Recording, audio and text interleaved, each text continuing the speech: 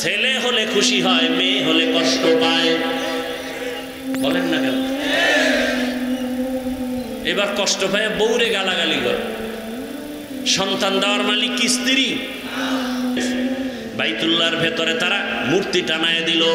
নারী আর পুরুষ একত্রে উলঙ্গ হয় বাইতুল্লাহ তাওয়াফ করে। কোনো পশু জবাই করলে রক্ত বাইতুল্লাহ লাগায় দেখায় বরকত। উলঙ্গ হয় বাইতুল্লাহ তাওয়াফ করে। নারীদের পছন্দ করে না, কন্যা সন্তানকে অভিশাপ মনে করে।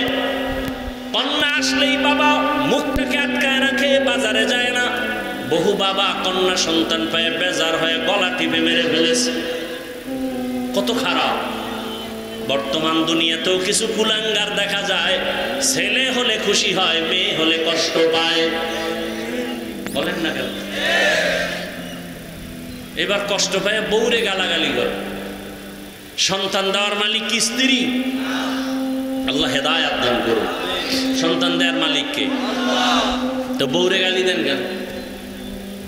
লিল্লাহি মুলকুস সামাওয়াতি ওয়াল আরদ ইয়াহাবু লিমান ইয়াশাউ ইনাসান ওয়া ইয়াহাবু লিমান ইয়াশাউ যুকুর আও ইউযাওবিজুহুম যুকরানা ওয়া ইনাসা ওয়া ইয়াজআলু মান ইয়াশাউ আকিমা ইন্নাহু আলিমুন কাদির।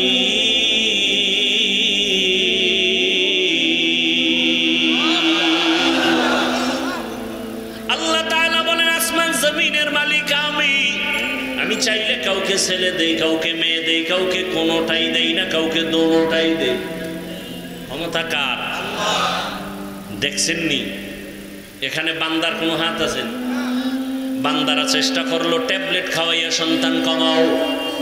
স্লোগান লেখা দিছে, ছেলে হোক মেয়ে হোক দুটোর বেশি নয়, একটা হলে ভালো হয়। ঠিক নেই?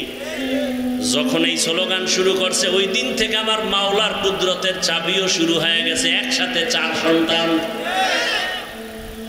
আল্লাহর সাথে পাল্লা দিয়ে কেউ পারছে? এই শিক্ষিত বাবারা বলেন তো, সন্তান কমানোর মিছিলে বলেন তো কি পরিমাণ জনসংখ্যায় আমার দেশের মানুষ কমছে না বাড়ছে? ট্যাবলেট কই?